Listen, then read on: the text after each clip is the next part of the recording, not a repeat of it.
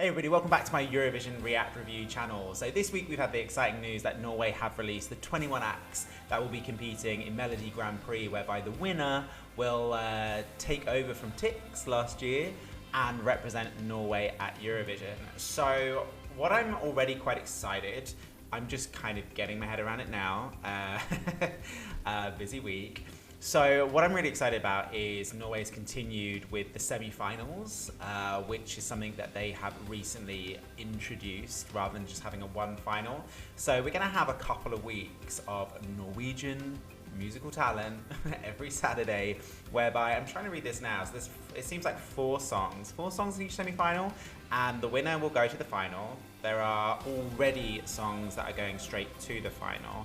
They did that last year, right? Yeah, because I remember Tix and Kaino went straight to the final. So who the pre-qualified for the grand final? Elsie Bay, Christian, Ingebrigtsen. Now I already know that name. I grew up in the United Kingdom. That is definitely the dude from A1. Subwoolfer, NorthKid, and Annalisa Kumoji. I don't know any of those people. However, what I'm going to do today is I'm going to just look at the semi-final one songs that will be competing this Saturday. So it seems that we've got Mira Craig, who I totally know. I'll talk about that one in a second. Frode Vassel, don't know who that is. TrollfesT with a capital D, and Eline Noelia. So let's check out these four songs. Okay, so the first song is by Mira Craig. So as I said in my introduction, I'm fully aware of Mira Craig purely on the basis that I know that she's the songwriter, or one of the songwriters behind Hold On, Be Strong, which was what, Norway 2008? I blimmin' love that song. That was like the beginning of Norway just coming back as like a competitive powerhouse at Eurovision. I feel she paved the way for Alexandra Rybak. Anyway, I swear Mira Craig has done Melodi Grand Prix before. I remember, I think, was she elevated on something? I don't know. Maybe I've made that up. Maybe that's a dream. I don't know. But the first one is Mira Craig. We still here. We still here? Is that right? Grammatically questionable.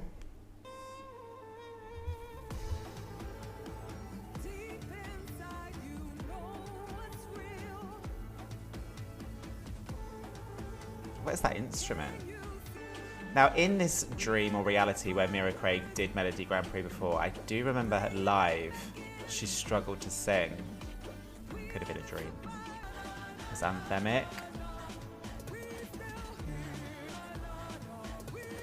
Oh no. I don't know what I was expecting. I wasn't expecting this. Hey, hey, hey, hey, hey, hey, hey.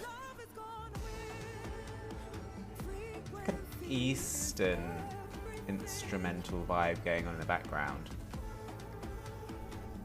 That bit. I don't know if I like it. I'm not sure. I'm obviously giving this song maybe more credit than it deserves, because anyone who's behind Hold On, Be Strong is a legend in my eyes. You know, Rayleigh's, not last year, the year before, what was it? Dance Like a Lion? Yeah, Dance Like a Lion.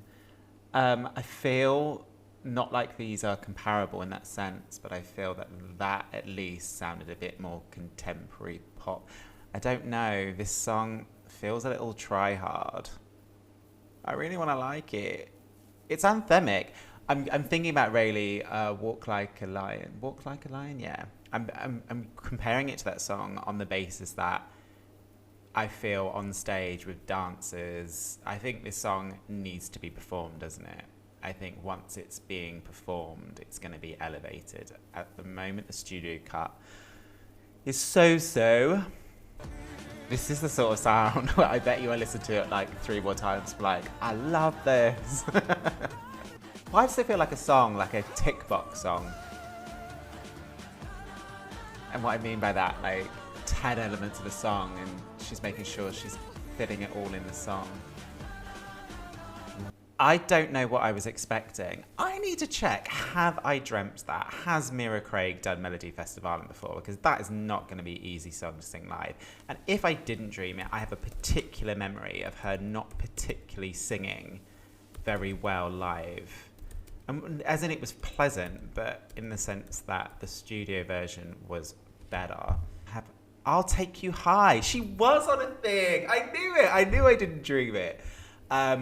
She's gonna have to sing that live, and like I said, I knew I didn't dream it. I've seen it before. I've seen her sing live before at Melodi Grand Prix 2010. I remember that not being great live, so I already know. Tomorrow I'll be walking to work, I'll give that song another go, and there is something about that song that I know is Shane fodder, like catnip for me. I don't know, it feels a little try hard. It feels a little songs by numbers, and what I mean by that is, like I said, it's almost like she's got a tick list of like 10 elements that must be in this song, and she's put it all together. I bet you any money I'll see this live on Saturday, and I'll probably be like, this is great, and regret doing this reaction. Okay, so song 2 is Frode Frode. That's just me trying to sound Scandinavian. That might be how you say it. Frode Vassel, Black Flowers. Don't know who this is.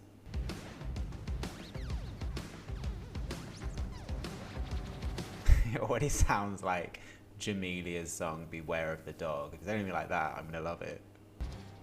Digging our own graves. We should be planting our own seeds.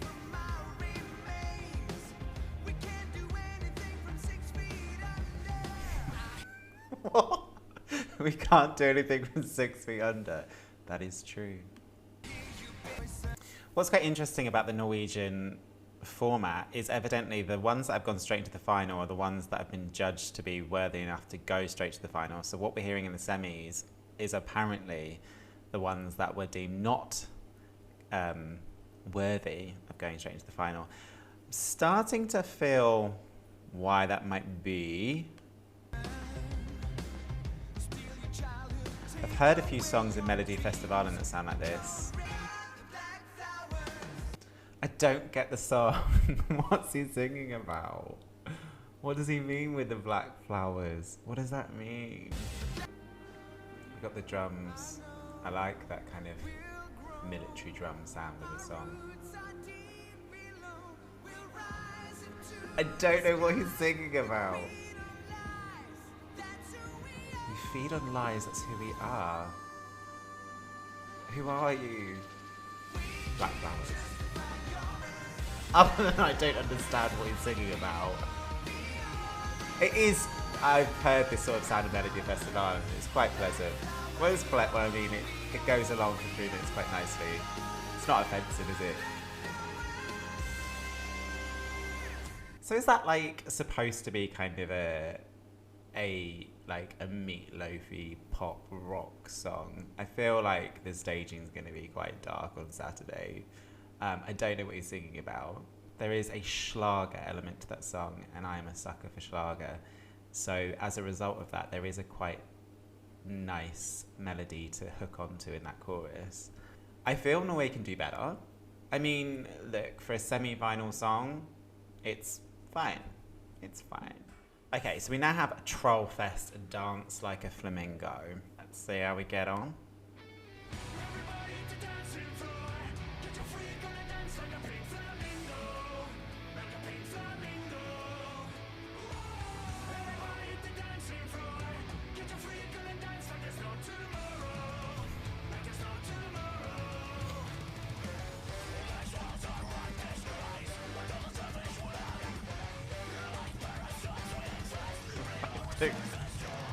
I don't get it. I'm trying to read the lyric.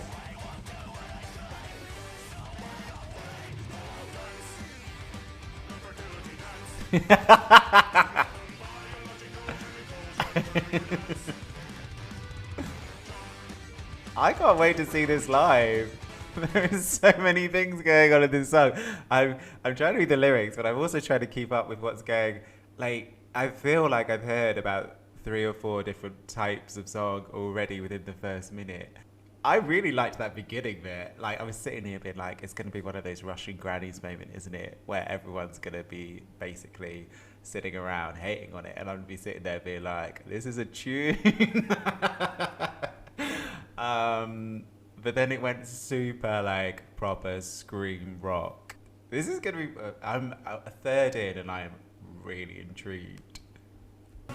This is good, this bit. It's really cheesy. And also, more importantly, like, obviously what we've got here is a viral movement, right? So there's going to be so much hype around this song. I'm not even on TikTok, but I can already see, like, this is going to be a TikTok thing.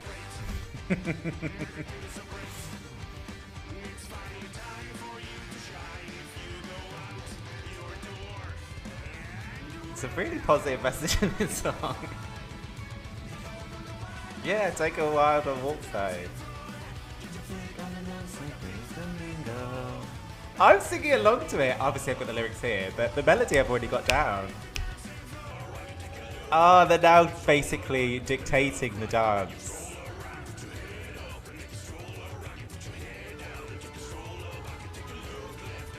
Watching this video, I feel like I'm at a wedding in the UK. And we're on the dance floor and getting a fleek on, like a pink flamingo. I really like this. I really didn't think I was going to.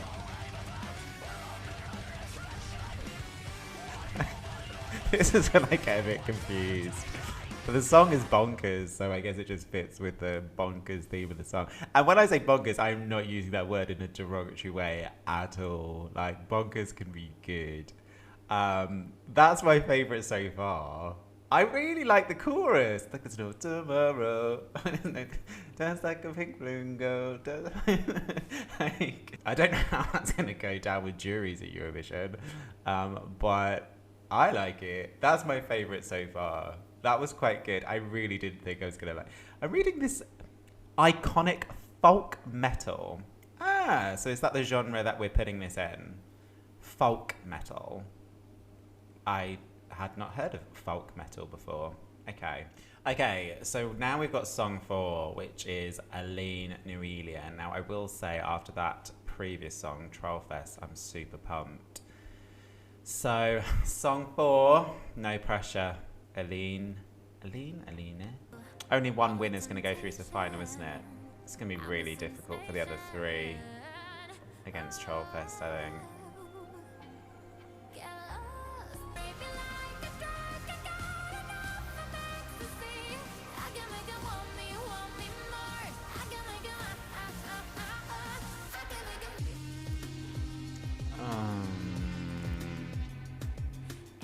What is this dance? It's not even a dance break, is it? What happened there? Like, through the chorus, we were building, and then... I really don't like it when songs do that. Eline, I've lost my buzz. This is potentially my least favourite out of the 4, actually.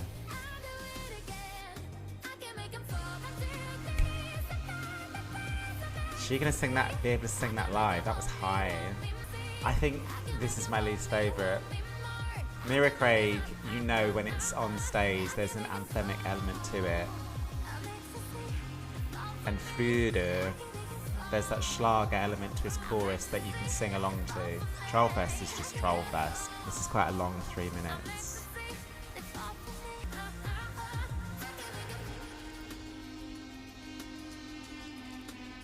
What is this bit I do not like? Oh, it's over. Okay, Eline. That is my least favourite for all the reasons that I gave when I was speaking over your song. I'm really sorry. It's just, you shouldn't have come after TrollfesT. If you started off first, I probably would have been more engaged. No, Sorry, that's my least favourite. So ultimately this Saturday, for me, I mean, I don't even need to go on to kind of betting odds or go on to comments on different videos. I think TrollfesT has got this in the bag, right? Does Mira Craig, like, I know Mira Craig, but for just a Eurovision freak reason, like, is Mira Craig, like, big in Norway? Is there, like, a fan following behind her still? It's been a while since I've even heard or seen her name. I feel on stage that's going to look quite good. And I already know that sound, once I've heard it 2 or 3 times, I can get past the fact that it sounds like a paint by numbers song. Frode, it's pleasant. It's a bit, like I said, schlagery, and I kind of like that. But, you know, if you're going to do schlager, you got to do it well, because, you know, schlager over the years has been done. What more can you do with it? So yeah, not for me. And yeah, sorry, Eline, I can't even sing along. I don't know what the melody was. I can't sing along to it. I've forgotten what that song was about, which isn't good because that was the last song. So those are my thoughts. What do you think? Who do you think is going to qualify this Saturday? Are you with me? Do you think TrollfesT has got it in the bag? Please let me know. Please do comment below.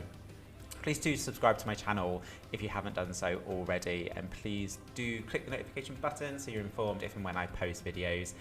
And yeah, until next time, stay safe.